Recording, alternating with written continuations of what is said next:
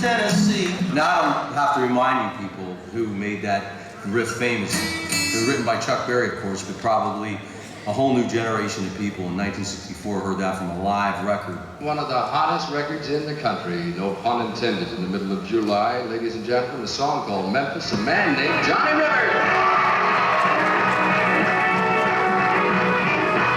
If ever there was a man who was the total essence of American rock and roll, it's Johnny Rivers.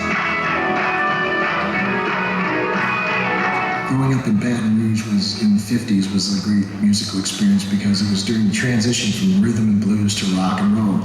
Basically, I remember guys like Fats Domino and Jimmy Reed and Bobby Blue Bland, and even Little Richard.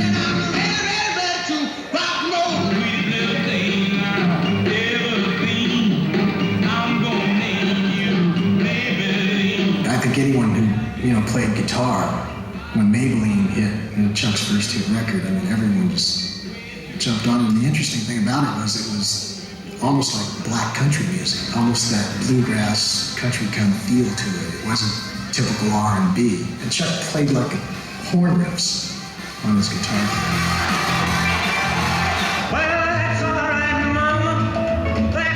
That's when I first saw Elvis in the auditorium in Baton Rouge Junior High. I actually went to a country music show. Around the middle of the show, Minnie Pearl came out and she said, "We have a special treat for you. He's got a new hit record on Sun Records with Hillbilly Cat, Elvis Presley." So Elvis came out jumping around in his pink and black suit, and he sang "That's All Right Mama" in Blue Moon in Kentucky. And the people around us didn't know what to make of it.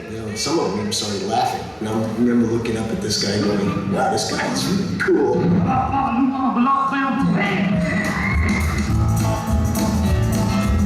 I was approached by Elmer Valentine on the idea of taking over this place on Sunset Boulevard and calling it the Whiskey A Go-Go.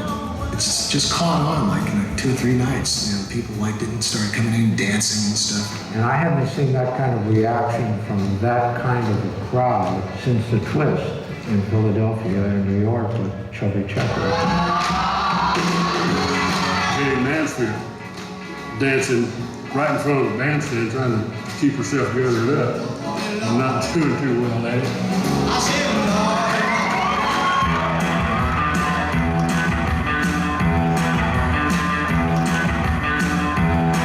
I was playing and I just kind of saw this crowd shift to one side of the room, and I asked the bass person, "What's going on?" He says, "I think the Beatles are here." Everybody talking about the seventh son, the whole damn world that was on the run. Every night was New Year's Eve at the Whiskey.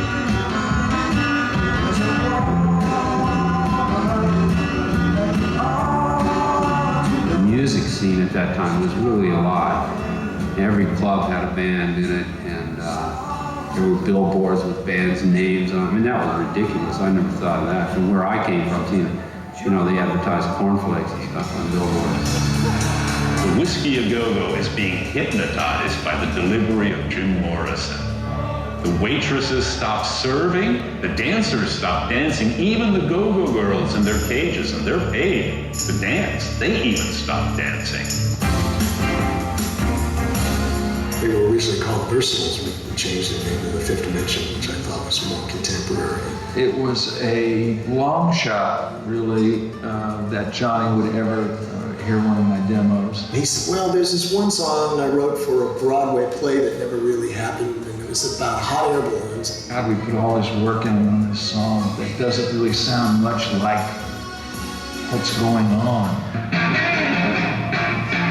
There was only one really great festival, and that was the Monterey Pop Festival. I was one of the 4 people that put up the seed money to fund it and get it all going.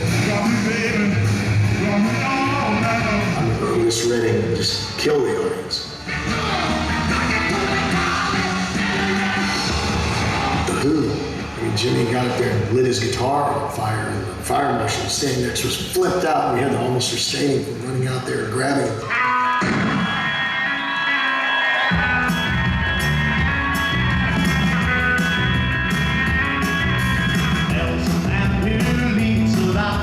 Italian country boy come out of Baton Rouge and come to Hollywood and take over. It's Johnny Rivers story. It's an amazing story. The history is just unbelievable. I mean, he's there.